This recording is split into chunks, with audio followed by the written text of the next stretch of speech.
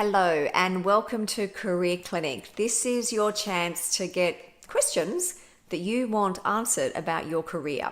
So I've had lots of emails from people all around the world who have questions for me, and each week I answer some of those questions. So this week the focus is on how do you transition through careers?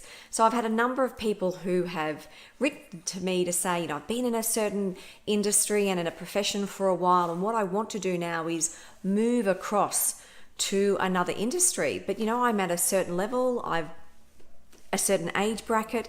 How do you make that shift? Now, obviously I write a lot about this in my latest book, Career Lead, but here are some things to consider, because when you've been in a career for a long period of time, you have very clear and defined skills. So you need to know what they are. You need to identify which of your skills are transferable, so able to go directly into the industry or profession that you want to move to, which of them are replaceable, meaning you're not likely to use them in that new profession, and which of them are adaptable. So these are the skills that you might shift, change, alter in some way in your new profession. When you're really clear of what your skills are and how they need to shift and grow, that helps set you up for working out what that looks like in that new world in terms of what skills and competencies you need to acquire. But of course, you need to make these decisions in the context of your whole life, because your career can't be divorced from the rest of your life. So be clear on your why. Why is it that you want to move into a new industry or a new profession?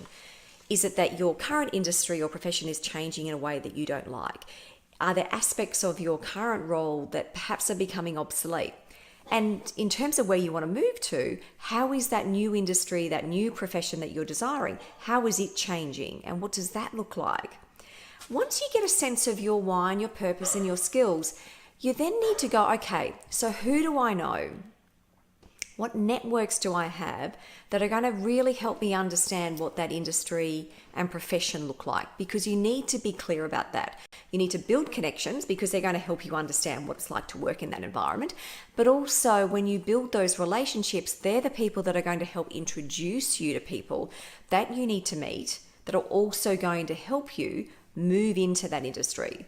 All the research shows most job searching, the acquisition of your new role is more than likely to come from someone in your network. So the network becomes absolutely crucial for you. And then of course there's your positioning. So just as you're building a network, you need to build your position in that market. So if you want to move across, what's the positioning? What do you need to do in terms of how you update your LinkedIn? The articles that you might need to write. What's that external your positioning that you're doing so that people are now seeing you as someone who's working in that area that you want to work in?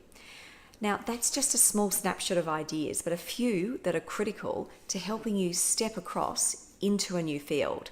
So good luck. Let me know how you go. Love to hear all your success stories, and also when you're having challenges, because it's through those challenges that you will eventually progress to where it is that you want to get to. Nothing ever comes by chance and nothing's ever easy, but the perseverance pays off. So take care, and I'll see you shortly.